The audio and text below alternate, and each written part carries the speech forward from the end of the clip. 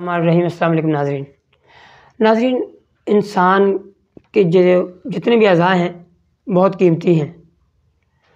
ख़ास तौर पे जब गुर्दों का नाम आता है और उसके बारे में इंसान इतना कॉन्शियस होता है, तो इस बारे में बहुत सारी मालूमात थी मेरे पास, मगर मैं आज कुछ ऐसी मालूमात आपको दे रहा हूँ जो कि ज़्यादातर बहुत सारे लोगों में अगर मौजूद हों और वो इग्नोर कर दें, उनको नज़रअंदाज कर दें, तो उसका जो नतीजा है वो गुर्दों के फेल होने की सूरत में निकलता है।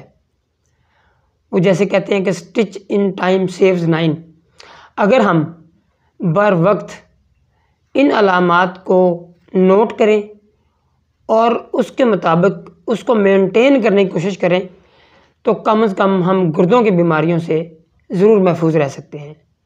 तो इसमें चंद एक मैं आपको बताता हूँ कि हमारे वो किस तरह से हमारे अंदर मालूमात ज़ाहिर होती हैं और हम किस तरह से उनको इग्नोर करते हैं। अगर आप डाइट भी ले रहे हों, आप पूरी तरह अपना लाइफस्टाइल भी ठीक हो, प्रोटीन्स भी ले रहे हों, तो भी आप में ये अलामत आएँ तो आप ये समझें कि कुछ अंदर ऐसा चल रहा है जो कि गुर्दों के लिए ठीक नहीं है। क्योंकि गुर्दों का काम है जिस्म से जो फासिद मादे होते हैं उनको खारिज करता है।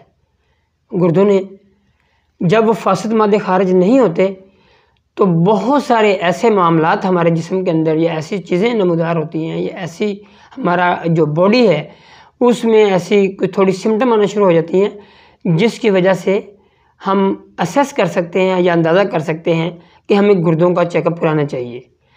फ़र्ज़ करें नंबर 1 उसमें एक ये है कि हमारे बाज़ लोगों की आँखों को जो हल्के होते हैं नीचे, वहाँ से थोड़ी सी फूली फूली बाज़ को नज़र आती हैं। अगर आप प्रोटीन भी ले रहे हैं, अगर आप ठीक भी हैं, तो वो फूली, तो इसका मतलब है आपको अपने किडनीज़ का चेकअप कराना चाहिए, क्योंकि वो फासिद मादे आपको अंदर से कुछ डिस्टर्बेंस कर रहे हैं। दूसरी बात, बाज़ औक़ात जिस्म पर कुछ सुर्ख निशानात से बन जाते हैं और इचिंग ख़ारिश भी हो सकती है, क्योंकि फासिद मादे जो हैं वो आपके अंदर ऐसी सूरत पैदा कर रहे हैं जिससे आपके खून के जो फासिद मादे बढ़ के ऑक्सीजन लेवल भी कम कर रहे हैं और आपके अंदर के सारे सिस्टम को डिस्टर्ब कर रहे हैं। इसके बाद बाज़ औक़ात दिल भी मतलाता है, भूख कम लगती है, खाने को दिल नहीं करता, ठीक हो गया।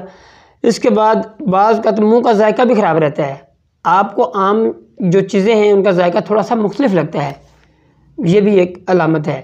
मतलब ये अलामत ज़रूरी नहीं कि इसी में ही हो, ये किसी और सूरत में भी हो सकती है, मगर आपने नोट करना है, आपने कॉन्शियस हो जाना। जब ये अलामत आना शुरू हो जाएं तो आपको किसी न किसी डॉक्टर से चेकअप कराना चाहिए, या आपके कोई जो एक मुनासिब शुरू में कोई टेस्ट होते हैं जिसमें यूरिन कंप्लीट है, ब्लड कंप्लीट करवा सकते हैं और यूरिया और क्रिएटिनिन करवा सकते हैं। उसमें आपको आपके गुर्दों में फासिद मादों का अंदाज़ा हो जाता है, हम कॉन्शियस हो जाते हैं, हम उसको बेहतर मेंटेन कर सकते हैं। इसके अलावा यूरिन की बात का तो रंगत भी बदल जाती है। डेफिनेटली जब फासिद मादे ज़्यादा होंगे तो पीली रंगत भी हो सकती है, थोड़ा सा गाढ़ा भी हो सकता है यूरिन, तो उसको हम नोट करना चाहिए। बाज़ औक़ात अगर फासिद मादे ज़्यादा बढ़ जाएं तो सांस की दुश्वारी का भी मसला पेश आ सकता है। बाज़ औक़ात लोग उसको छाती की बीमारी समझ लेते हैं, बाज़ औक़ात उसको लोग कुछ और की तरफ ले जाते हैं। आजकल ख़ास तौर पे क्योंकि कोविड का दौर भी है, तो वो इस तरह के बजाय इसके कि वो इन चीज़ों को नोट करें और मामला कुछ और चल रहा होता है और वो कुछ इस तरह से मामलात करते हैं कि डेफिनेटली जब वो ऑक्सीजन लेवल कम होगा फासिद मादों की वजह से, तो वो उसी तरफ ही उनका ध्यान जाएगा, शायद कुछ छाती की बीमारी या खून में कुछ और मसला हो गया, जबकि आपका ऑक्सीजन लेवल ड्रॉप हो रहा है। अच्छा, एचबी की कमी भी हो जाती है, खून की कमी हो जाती है, क्योंकि फासिद मादे आपके खून नहीं बनने दे रहे होते, नया जो खून है, तो जिसकी वजह से आपको थकावट और अजीब सी फीलिंग्स रहती हैं, आपके मसल भी अकड़ते रहते हैं, आप फील करते हैं कि आपके जो मसल हैं वो थोड़ा सा अकड़ाव उनमें आ जाता है, क्योंकि पोटाशियम की कमी हो जाती है जिस्म में। जब फासिद मादे ज़्यादा होंगे, ऑक्सीजन लेवल कम होगा, तो इनमें जो दिल की धड़कन का भी तेज़ हो जाती है, क्योंकि जब फासद मादे अंदर आपको जो खराबी कर रहे होते हैं, ऑक्सीजन लेवल कम हो रहा होता है, तो आपके जो दिल को काम थोड़ा सा ज़रा तेज़ करना पड़ता है, जिसकी वजह से आपका ऑक्सीजन लेवल जब ड्रॉप होता है तो आपके दिल की धड़कन भी बेकाबू होती है, थोड़ी सी आम रूटीन से ज़्यादा हो जाती है। ब्लड प्रेशर डेफिनेटली बढ़ जाता है। ब्लड प्रेशर का आपका उस वक्त आपको ख़ास तौर पे, क्योंकि इसका ताल्लुक ही शुगर और ब्लड प्रेशर से है, ज़्यादातर ये शुगर और ब्लड प्रेशर ही वजह बनते हैं गुर्दों के फेल होने की।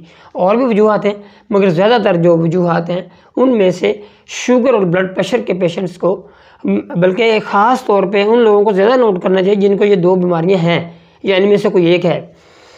तो अपना उसमें बाज़ का चेहरे पे या पाँव पे या जिस्म में कुछ थोड़ी सी स्वेलिंग का भी नज़र आना होता है उसमें।